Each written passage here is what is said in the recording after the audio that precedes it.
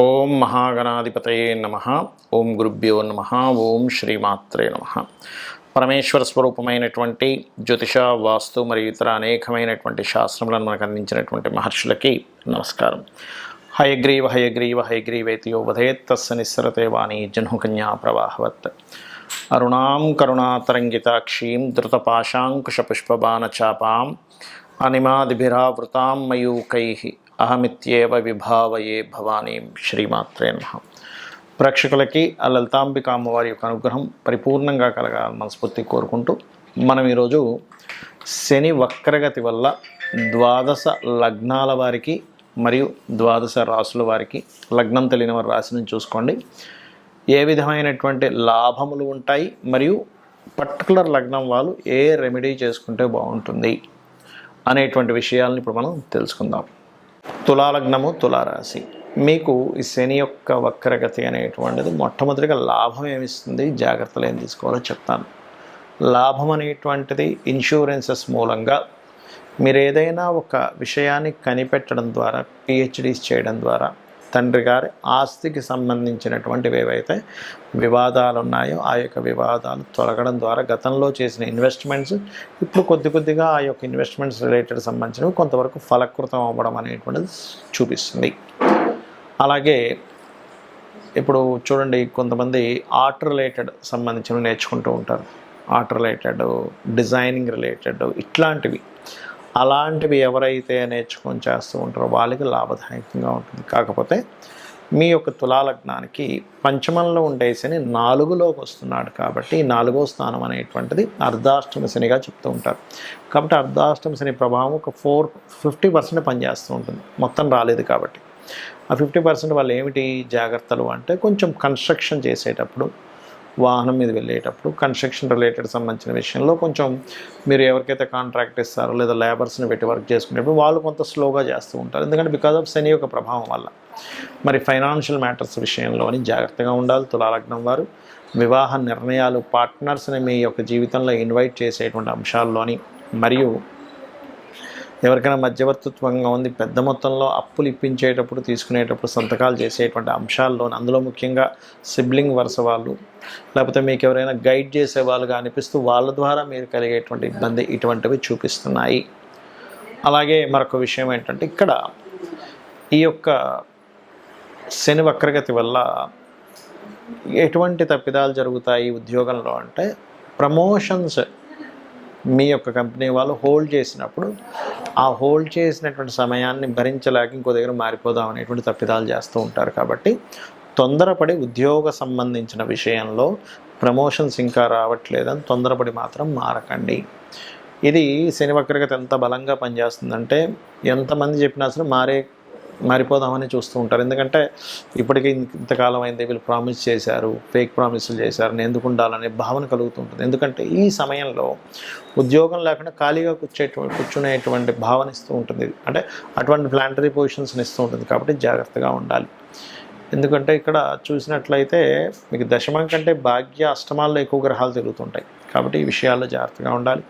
ఇక మీరు చేయవలసినటువంటి దేవతా ఆరాధన, ముఖ్యంగా కాళికా అమ్మవారి యొక్క ఆరాధన చేయండి.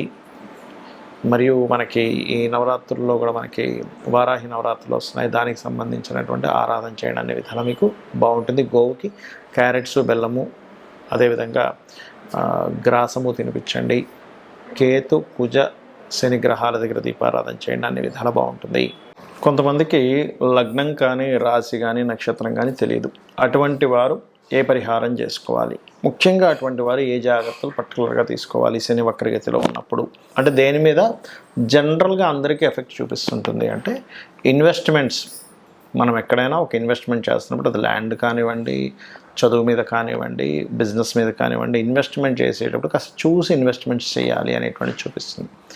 అదేవిధంగా శని వక్రించినప్పుడు ఏంటంటే, పర్టికులర్గా దాని యొక్క ప్రభావం అనేటువంటిది పితృస్థానము, మాతృస్థానాలు అంటారు. అంటే రవి, చంద్ర రాసుల మీద దాని ప్రభావం ఉంటుంది. కాబట్టి ఎవరైనా సంతానం సంబంధించినటువంటి ప్రయత్నాలు, అందులో ప్రత్యేకంగా ఐయుఐలు, ఐవీఎఫ్లు చేయించుకునేటువంటి వారు కొంత జాగ్రత్త వహిస్తూ ఉండాలి. అలాగే ఈ శని యొక్క వక్రగతి పర్టికులర్గా ఏలినాటి శని, అర్ధాష్టమి శని, అష్టమి శని ఉన్నటువంటి వారికి దాని ప్రభావం కొంత తగ్గుతుంది. అది ఏ రాశుల వారికి అంటే, ఇప్పుడు చూడండి, మనకి ఈ మకర రాశి ఉందనుకోండి, మకర రాశి వారికి ఏలినాటి శని లేదు, వెళ్ళిపోయింది. కానీ వక్రగతి వెనక్కి రావడం వల్ల మకర రాశి వారికి కొంత ఏలినాటి శని ప్రభావం ధనస్థానం మీద పడుతూ ఉంటుంది. మన కుంభరాశి వారికి జన్మంలో ఉన్నటువంటి శని వెనక్కి వెళ్ళినట్టు అవుతూ ఉంటుంది. అంటే ఏమిటి, కొంచెం స్ట్రెస్ తగ్గుతూ ఉంటుంది. మీనం వారికి ఏలినాటి శని ప్రారంభమై 1.5 year అయినప్పటికీ ఇప్పుడు మరలా ఏలినాటి శని లేని ప్రభావం కనిపిస్తూ ఉంటుంది. అలాగే కర్కాటకం వారికి అష్టమ శని ప్రభావం తగ్గడము, వృశ్చికం వారికి అర్ధాష్టమి శని ప్రభావం తగ్గుతూ ఉంటుంది. అయితే ఇక్కడ మీరు అర్థం చేసుకోవాల్సిన విషయం ఏంటంటే, శని భగవానుడి యొక్క మహాదశ నడుస్తున్నా, ఏలినాటి శని, అర్ధాష్టమి శని, అష్టమి శని నడుస్తున్నా ఏమీ కంగారు పడాల్సిన అవసరం లేదు. ఆయన ఏమీ మిమ్మల్ని హింసించడు. ఒకటే గుర్తుపెట్టుకోండి, ఆయన కర్మనిస్తుంటాడు. కర్మ అనేటువంటిది మనం చేసేటప్పుడు శ్రమ అనేటువంటిది ఖచ్చితంగా ఉంటుంది. ఎందుకంటే శని భగవానుడు శ్రమకారకుడు, కర్మకారకుడు, ఆలస్యానికి కారకుడు, మందుడు అంటూ ఉంటారు జ్యోతిష్ శాస్త్రంలో. అందుకని ఏమిటి, కాస్త శ్రమ ఆలస్యం అవుతుంది, ఇంతే గుర్తుపెట్టుకోండి. మనం చూడండి, ఏదైనా ఒకటి ఇన్ఫర్మేషన్ ముందే మనకి ఇది ఇప్పట్లో రాదు, కొన్ని రోజులు టైం పడుతుంది అని ముందుగా మనం ఫిక్స్ అయ్యామనుకోండి ఏదైనా ఒక విషయంలో, మనం అప్పుడు ఇబ్బంది పడం. అలా కాకుండా ఈరోజే వచ్చేస్తుందండి మనకు ఆ రిజల్ట్, లేకపోతే ఈరోజే మనం దాన్ని మనీ ఇస్తాను, వ్యక్తి ఇచ్చేస్తాను అన్నాడు అన్నప్పుడు మాత్రమే అది రేపటికి పోస్ట్పోన్ అయితే మనం స్ట్రెస్ ఫీల్ అవుతాం.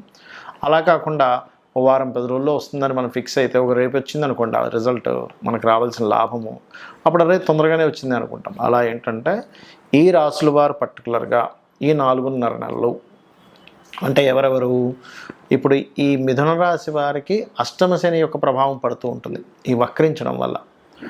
అలాగే లగ్నమ తులారాశి వారికి అర్ధాష్టమ శని ప్రభావం పడుతూ ఉంటుంది, ఏది పంచమంలో శని ఉన్నప్పటికీ వక్రించడం వల్ల. మరియు ఈ యొక్క ధనస్సు వారికి ఏలినాటి శని ఎండింగ్లో ఉండే ప్రభావం పడుతూ ఉంటుంది వక్రించడం వల్ల. వీరు కొంత జాగ్రత్త వహిస్తూ ఉండాలి. అలాగే ఇక్కడ ముఖ్యమైనటువంటి విషయం ఏంటంటే, చాలామంది వాళ్ళ జన్మజాతకంలో ఉన్నటువంటి ప్లానటరీ పొజిషన్స్ ఏమిటి, పిఏసి అంటారు, అంటే ప్లేస్మెంట్ ఆస్పెక్ట్ కంజంక్షన్ ఏమిటి, మహాదశ ఏం నడుస్తుంది, ఏ గ్రహం బలంగా ఉంది, ఏ గ్రహం బలహీనంగా ఉంది అనేటువంటి విషయాన్ని పరిశీలించడం మానేసి కాలసర్పదోషం ఉంది, లేకపోతే సర్పదోషం ఉంది, లేనట్లయితే ఏలినాటి శని నడుస్తుంది, ఇంకోటి ఏదో స్త్రీదోషం ఉంది, పితృదోషం ఉంది, అందుకే నేను జీవితంలో ఎదగలేకపోతున్నాను అనుకుంటారు. అది కేవలం ఆ పార్ట్ వరకే. స్త్రీదోషం ఉందంటే కేవలం ఒక స్త్రీతో జరిగిన వివాదం వల్ల మీరు ఇబ్బంది పడతారు. పితృదోషం ఉందంటే పితృదేవతల అనుగ్రహం తక్కువగా వస్తూ ఉంటుంది. కాలసర్పదోషం ఉందంటే అది కాలానికి ఆపాదించబడాలి కానీ జన్మజాతకానికి చేయకూడదని చెప్పబడింది. సర్పదోషం ఉందంటే కొంచెం మనిషికి కోప స్వభావం ఎక్కువగా ఉంటుంది, సడన్గా అప్ అండ్ డౌన్స్ వస్తుంటాయి, అంతవరకే. కానీ మిగతా మన జాతకం మొత్తం అదొకటే రూల్ చేస్తుంది అనుకోకూడదు. ఒకవేళ ఆ దోషం ఉన్నప్పటికీ కూడా చాలా సింపుల్గా సర్పదోషం ఉన్నటువంటి వారు రాహుకేతు గ్రహాల దగ్గర దీపారాధన, రావి చెట్టు చుట్టూ ప్రదక్షిణాలు చేసుకోవడము, సర్ప ఆరాధన చేయడము, కాళహస్తికి వెళ్ళి రావడం చేస్తూ ఉంటే అది పూర్తిగా తగ్గిపోతుంది. దాని గురించి టెన్షన్ పడక్కర్లేదు. ఏలినాటి శని, అర్ధాష్టమ శని, అష్టమ శని నడిచేటప్పుడు మీరు చక్కగా ఏంటంటే కాస్త మధ్యాహ్నం పూట నిద్రించడం మానేయాలి. అది అనారోగ్యము చిన్నపిల్లలకి, స్త్రీలకి వర్తించదు. మళ్ళీ ఇది ఆరోగ్యంగా ఉండేటువంటి యువకులు కనుక మధ్యాహ్నం నిద్రిస్తే ఏలినాటి శని, అష్టమ శని సమయంలో వాళ్ళకి ఆ శని ప్రభావం మరింత నెగిటివ్గా ఎక్కువ పడుతూ ఉంటుంది. వాకింగ్ ఎక్కువ చేయడము, ఎక్కువ శ్రమించడము, ఇట్లాంటివి చేస్తూ ఉండాలి. అప్పుడు దాని ప్రభావం అనేటువంటిది పడదు. అదేవిధంగా స్త్రీ శాపం ఉంటుంది, అంటే శుక్రుడు పాడైనప్పుడు సర్వసాధారణంగా అనవసరంగా మీరు స్త్రీలతో గొడవలు పెట్టుకోకూడదు.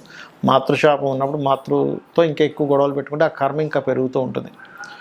పితృశాపాలు ఉన్నప్పుడు తండ్రితో ఎక్కువగా గొడవలు పెట్టుకోకూడదు. ఇవన్నీ ఏంటంటే ఈ గ్రహాలు ఇవి ఎందుకు ఇలా ఏర్పడ్డాయంటే పూర్వజన్మలో చేసుకున్నటువంటి కర్మ ఆధారంగా ఇవి ఇలా వచ్చాయి.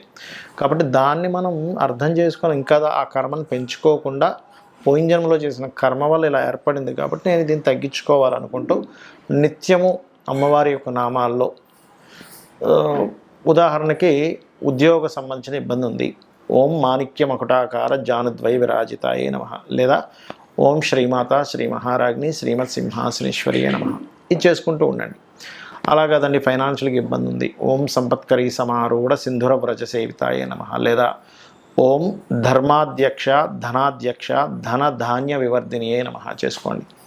ఆ రకంగా అప్పులు ఉన్నటువంటి వారు ఓం అపర్ణాయ నమః, ఇలా ఒక్కొక్క దానికి మన లలితా సహస్రనామాల్లో ఒక్కొక్క నామాన్ని ఇవ్వడం జరిగింది.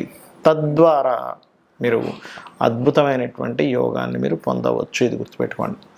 అలాగే మరొక విషయం ఏంటంటే, ఇక్కడ ఈ యొక్క రాశి అంటే ఇప్పుడు మనం చెప్పుకున్నటువంటివి ఏవైతే లగ్నము రాశి ఉందో, మీ పర్సనల్ చార్ట్లో మీ లగ్నరీత్యా ఏ కాంబినేషన్ ఏర్పడింది, దానికి ఏ దానం ఇవ్వాలి, సింపుల్గా ఆ గ్రహానికి దీపారాధన చేయడం ద్వారా కూడా మీరు క్లియర్ చేసుకోవచ్చు ఒక మంత్రం ద్వారా. అంతేగాని అమ్మో నాకు ఈ మహాదశ నడుస్తుంది, ఏదో అయిపోతుంది అనేటువంటిది పెట్టుకోకండి. కర్మ చేస్తూ ఉండండి, మీ పని మీరు చేసుకుంటూ ఉండండి, భగవంతుడికి సమర్పిస్తూ మీ పని మీరు చేసుకుంటూ ఉండండి. ప్రతి విషయాన్ని భగవంతుడికి సమర్పిస్తూ మీరు కనుక చెయ్యగలిగితే అద్భుతమైనటువంటి ఫలితాలు మీరు పొందుతారు. శ్రీమాత్రే నమః.